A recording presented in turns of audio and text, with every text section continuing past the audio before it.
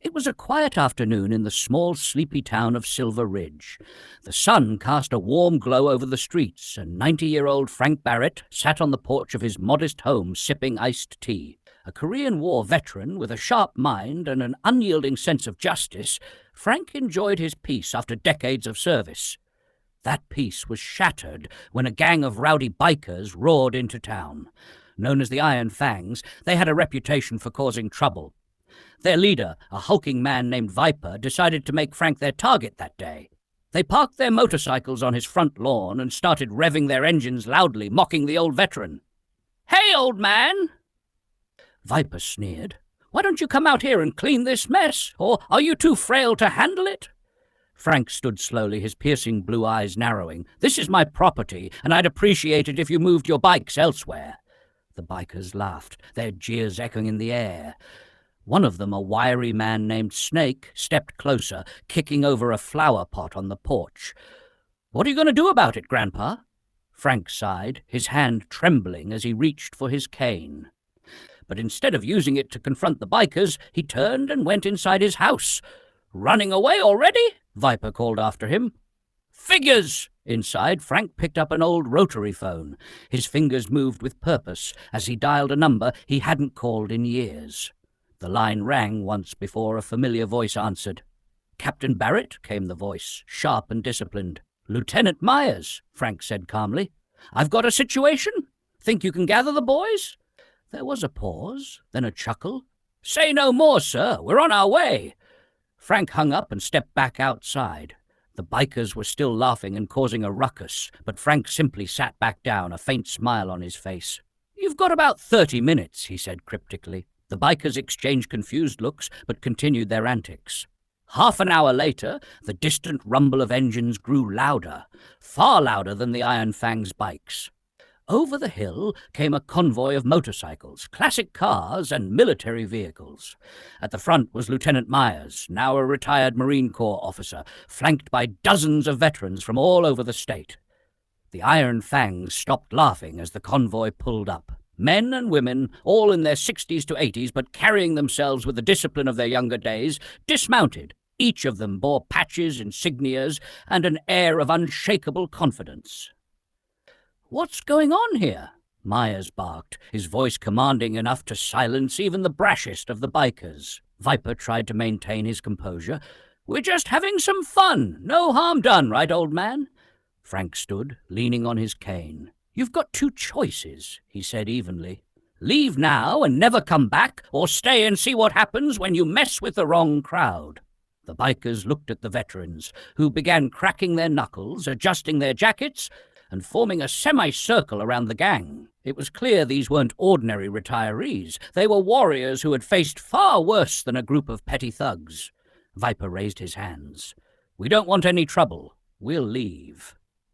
"Smart choice," Myers said, stepping forward. "But if we hear about you causing trouble in another town, you won't just be answering to us. Do I make myself clear?" Viper nodded quickly, and the Iron Fangs scrambled onto their bikes, speeding away without another word. As the veterans began to disperse, Frank turned to Myers. "Thanks for coming. Didn't think I'd need to call in reinforcements at my age." Myers grinned. "Anytime, Captain. You taught us well. Never leave a man behind." Frank watched them ride off, his heart swelling with pride. He sat back down on his porch, his peace restored, knowing that brotherhood and honor never fade, no matter how many years pass. This story, Shadows in the Past. As the roar of the veterans' convoy faded into the distance, Frank sat back on his porch, his cane resting by his side. The sun dipped lower, casting long shadows over the lawn where the bikers had left their mark. For now, the town was quiet again. But Frank couldn't shake the nagging feeling that trouble wasn't far behind. That night, as the town slept, a shadowy figure moved through the streets. Viper, seething from his humiliation, gathered a few loyal Iron Fangs and vowed revenge. "No one makes fools of us," he growled, lighting a cigarette. "That old man thinks he's untouchable. Let's show him he's not." The bikers made their way to Frank's house under the cover of darkness. They intended to send a message by torching his old truck, a relic Frank had restored over the years. The vehicle was parked by the side of the house, its glossy paint glinting faintly in the moonlight. As they approached, Snake paused. "You sure about this, Viper? That guy's got connections. What if he calls them back?" Viper sneered. "He won't get the chance. By the time anyone shows up, we'll be long gone." But what Viper didn't know was that Frank wasn't the only one watching. Across the street, a young man named Jake, a neighbor and aspiring journalist, noticed the movement and immediately called the police. Jake had grown up admiring Frank, often listening to his war stories and helping him around the house. He wasn't about to let anyone harm the old veteran. Inside his house, Frank was wide awake. Years of military training had sharpened his senses, and he heard the faint crunch of gravel outside.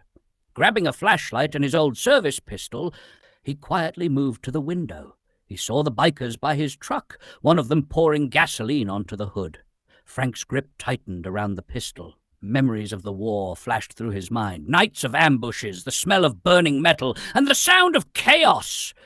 But this wasn't the battlefield, and these weren't soldiers. They were bullies trying to intimidate him. He took a deep breath and stepped outside, the flashlight beam cutting through the darkness. "You boys lost?" he said, his voice steady and commanding. The bikers froze. Viper recovered quickly, smirking. "Just admiring your truck, old man. Nice piece of junk you've got there." "That piece of junk has more history than you'll ever understand," Frank said. "And if you take one more step, you'll be history too." The bikers laughed nervously, but before they could react, the sound of sirens pierced the night. Jake had done more than just call the police. He had also alerted some of the veterans. Within minutes, Myers and a few others arrived, their vehicles flanking the street as police cruisers pulled up behind them. Viper and his gang were trapped. "Looks like your night's over," Frank said, lowering his pistol. "Now, why don't you explain yourselves to the sheriff?" The bikers were quickly subdued by the police, who found evidence of their arson attempt. As they were loaded into the cruisers, Viper spat on the ground. "This isn't over, old man." Frank shook his head. "It is for you. You'll be spending a long time behind bars." Chapter 3. The Brotherhood Returns. The next morning, Frank's porch was bustling with activity.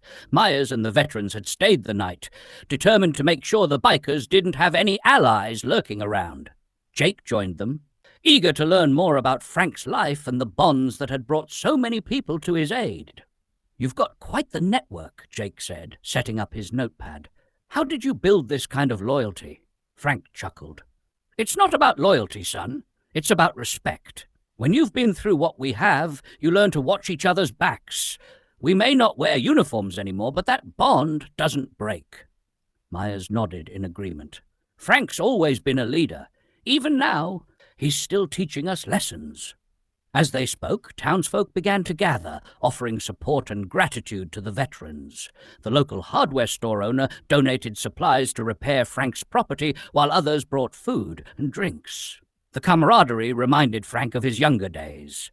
He realized that even in times of peace, the values of service and community could bring people together. But Frank also knew that Viper's parting words weren't empty. The Iron Fangs were part of a larger network, and it was only a matter of time before more trouble came their way. "Jake," Frank said, turning to the young man. "How good are you with a camera?" "Pretty good," Jake replied, holding up his phone. "Why?" "I think it's time we documented what's happening here," Frank said. "People need to see that standing up to bullies is worth it, and if more of those bikers show up, we'll be ready." The story continues with